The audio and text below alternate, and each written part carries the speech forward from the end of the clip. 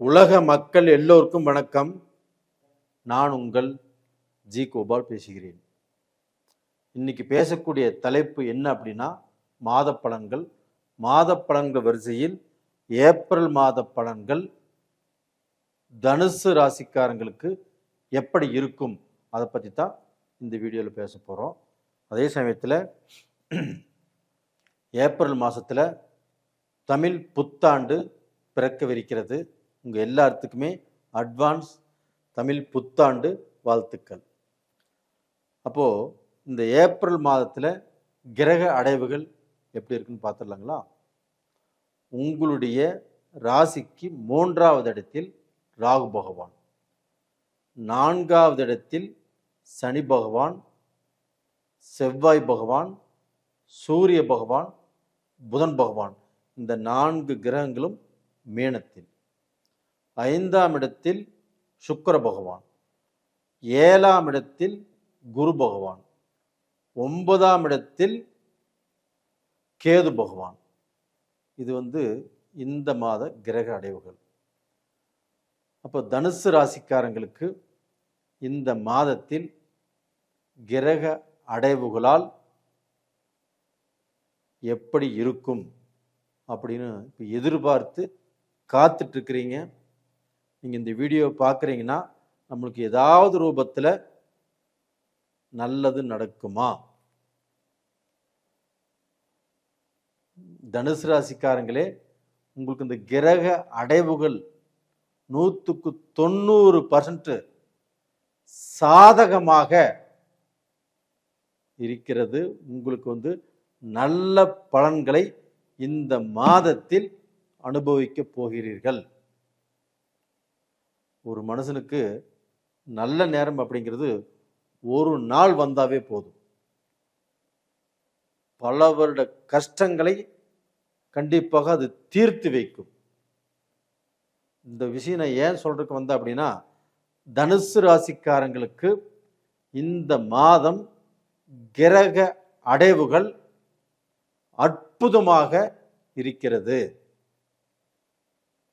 ஏன் சொல்றேன்னா, உங்களுடைய ராசிநாதன் யாருங்க? குரு பகவான். அந்த குரு பகவான் 7ஆம் இடத்தில் இருக்கிறார். ராசிநாதன் குரு பகவான் 7ஆம் இடத்தில் இருப்பது உங்களுக்கு சில குழப்பத்தை கொடுக்கும். ஆனால் இருந்தாலும் 7ஆம் இடத்தில் இருந்து அந்த குரு பகவான் எங்கே எங்கே பார்க்கிறார் அப்படிங்கிறது தான் நம்மளுக்கு இப்போ ரொம்ப ரொம்ப முக்கியம். அது போக உங்களுடைய ராசிக்கு 4ஆம் இடத்தில் செவ்வாய் பகவான், அதாவது 5ஆம் இடத்து அதிபதி செவ்வாய் பகவான் 4ல் இருக்கிறாங்க. இது குருவுடைய வீட்டில் மேனத்தில். அதே சமயத்தில் 9ஆம் இடத்து அதிபதி சூரிய பகவானும் 4ல் இருக்கிறாங்க. அதே சமயத்தில் 10ஆம் இடத்து அதிபதி புதன் பகவானும் 4ல். இந்த கிரகங்கள் எல்லாமே குருவுடைய வீட்டில் இருக்கிறதுனாலையும், அதே குரு பகவான் குருவுடைய வீட்டை தனுசை 7ஆம் பார்வையாக பார்ப்பதாலையும் உங்களுக்கு பார்த்தீங்கன்னா ஒரு ஜாக்பாட்டான டைம். ஏன்னா 9ஆம் இடத்து அதிபதி உங்களுடைய வீட்டில் மேனத்தில். அப்போ அந்த மேனத்தில் இருக்கக்கூடிய குரு சூரிய பகவான் ராஜகிரகம், நவகிரகங்களின் அரசன். அப்போ அவங்க பார்த்தீங்கன்னா மேனத்தில் இருக்கும்போது இந்த தனுசு ராசிக்காரங்களுக்கு கண்டிப்பாக இது நாள் வரைக்கும் உங்களுக்கு எந்தெந்த விஷயத்தில் எந்தெந்த காரியங்கள் எப்படியெல்லாம் தடைகள் பட்டதோ அந்த தடைகள் பட்ட அந்த காரியங்களை இந்த சூரிய பகவான் முடித்து கொடுப்பார். வேலையில் ரிஸ்கா, வேலையிலேயே தடையா, இல்லைன்னா பிஸ்னஸில் தடையா, ஒரு இன்ட்ரிவியூக்கு போகிறதுக்கு தடுங்கலாச்சா, இது மாதிரி பார்த்தீங்கன்னா எத்தனையோ தடைகளை உங்கள் வாழ்க்கையில் பார்த்துருப்பீங்க. அத்தனை தடைகளுக்கும் உங்களுக்கு 9ஆம் இடத்து அதிபதி பாக்யாதிபதியான சூரிய பகவான் உங்களுக்கு அந்த தடைகளை முறித்து கொடுப்பார். அது மட்டும் இல்லைங்க, அந்த சூரியனும் புதனும் இணைந்து புதாதித்ய யோகத்தோடு நல்ல திருப்தியாக இருக்கிறாங்க. 2. அதே சமயத்தில் உங்களுக்கு 5ஆம் இடத்து அதிபதி 4ஆம் இடத்தில் இருப்பது யோகம். அப்போ 5ஆம் இடத்து அதிபதி 4ஆம் இடத்தில் இருக்கிறாங்க அப்படின்னா கண்டிப்பாக நீங்கள் இடம் வாங்குவீங்க, இல்லைன்னா வீட்டை வாங்குவீங்க, இல்லைன்னா வீடு கட்டுவீங்க, இல்லைன்னா ஏதாவது தோட்டம் வாங்குவீங்க, இல்லைன்னா ஏக்கர் கணக்கில் இடம் வாங்கி போடுவீங்க. இந்த மாதிரியான சூழ்நிலைகள் தனுசு ராசிக்காரங்களுக்கு ரொம்ப நாளாக காத்துட்டு இருந்தாங்க. தனுசு ராசிக்காரங்க அவங்களுக்கு இடம் அமையல, வீடு கட்ட முடியல, அவங்க வாழ்க்கையில் காசு பணம் வச்சுட்டுமே ஒரு சொத்து சேர்த்துக்கொண்டு நினைச்சாங்க, சேர்த்த முடியல. இந்த பீரியட்ல அது எல்லாமே நடக்கும். அது போக இப்போ அவங்களுக்கு 7ஆம் இடத்துல குரு பகவான் இருக்கிறாங்க அப்படின்னா அந்த குரு பகவான் ஆப்பட்டது குடும்ப ரீதியாக மனச்சிக்கலையும் மன குழப்பத்தையும் உங்களுக்கு எதையுமே புரிந்து கொள்ள முடியாத சூழ்நிலையும். இப்போ நீங்கள் வேலைக்கு போயிட்டு வீட்டுக்கு வர்றீங்க, ஏதாவது ரூபத்தில் எரிஞ்செறிஞ்சு விழுவீங்க. வேலையில் இருக்கக்கூடிய டென்ஷன் வீட்டில் காட்டுவீங்க. அப்போ அது மனைவிக்கு பிடிக்காது. மனைவியும் இப்போ ஆர்கியூ பண்ணுவாங்க. ஏன்னா 7ஆம் இடத்துல குரு. அப்போ இதனால் என்னன்னா உங்கள் குடும்பத்தில் தேவை இல்லாத சின்ன சின்ன விஷயங்களுக்கு கூட பிரச்சனைகள் கண்டிப்பாக வரும். ஒரு சிலருக்கு அண்டர்ஸ்டாண்டிங் பிரச்சனை ஆயிரும். ஒரு சிலருக்கு பார்த்தீங்கன்னா இப்போ பொண்டாட்டியுடைய அப்பா அம்மாவை பற்றி பேசுவாங்க, இல்லை புருஷனுடைய அப்பா அம்மாவை பற்றி பொண்டாட்டி பேசும். இதன் மூலியமாக கொஞ்சம் குழப்பங்கள் உருவாகும். அதே சமயத்தில் ஆணும் பெண்ணும் கணவன் மனைவி நல்லா இருந்துட்டாலுமே கணவன் மனைவியுடைய அப்பா அம்மாக்கா அவங்களுக்கு நல்ல அண்டர்ஸ்டாண்டிங் இருக்காது, நல்ல புரிதல் இருக்காது.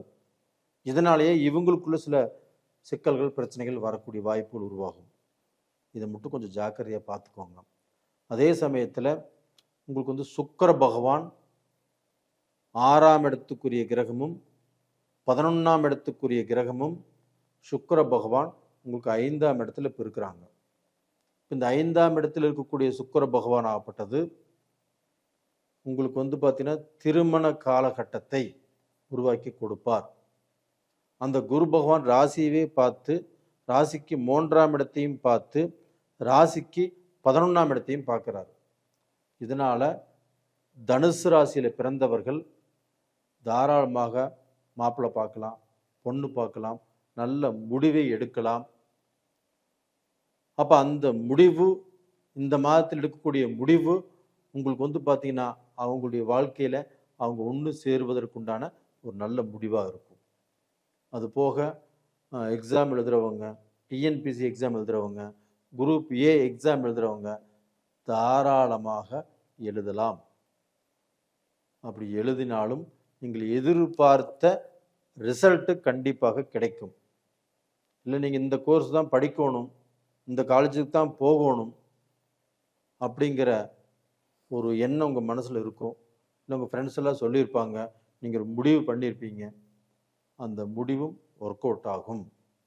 அதுபோக ரிலேஷன்ஷிப்பில் இருக்கிறவங்க காதல் கல்யாணம் நாங்கள் செய்யலாமா, நாங்கள் செய்வதற்கு வீட்டில் ஒத்துக்குவாங்களா, நாங்கள் போய் இப்போ வீட்டில் சொல்லலாமா அப்படின்னு கேட்டால் தாராளமாக நீங்கள் வீட்டில் போய் இந்த பிரச்சனையை ஆரம்பிக்கலாம். ஆரம்பித்து கொஞ்சம் சில தடைகள் வந்து அதுக்கப்புறம் நல்லது நடக்கும். இப்போ தனுசு ராசி நேயர்களே, நிறைய பேர் குழப்பத்திலையும் இருக்கிறீங்க, கொண்டாட்டத்திலையும் இருக்கிறீங்க. ஒரு சிலர் பார்த்தீங்கன்னா கொஞ்சம் நல்லா இருக்கிறாங்க. இப்போ இவங்களில் பார்த்தீங்கன்னா நல்லா இல்லாதவர்கள் அவங்களுடைய ஜாதகத்தையுமே ஒரு முறை பார்த்துக்கிறது நல்ல விஷயம். அப்போ உங்களுடைய ஜென்ம ஜாதகம் அதை நீங்கள் பார்த்துக்கிறது நல்ல விஷயம். விருப்பம் இருந்தால் ஜாதகத்தை அனுப்பிச்சி வைங்க, நான் பார்த்து சொல்கிறேன். நிறைய பேர் ஜாதகம் அனுப்பிச்சிருக்கிறாங்க, அவங்க ஜாதகத்தையும் பார்த்து சொல்லிகிட்ருக்குறோம். நேயர்களே, உங்களிடமிருந்து விடைபெறுவது உங்களின் ஜி கோபால். நன்றி, வணக்கம்.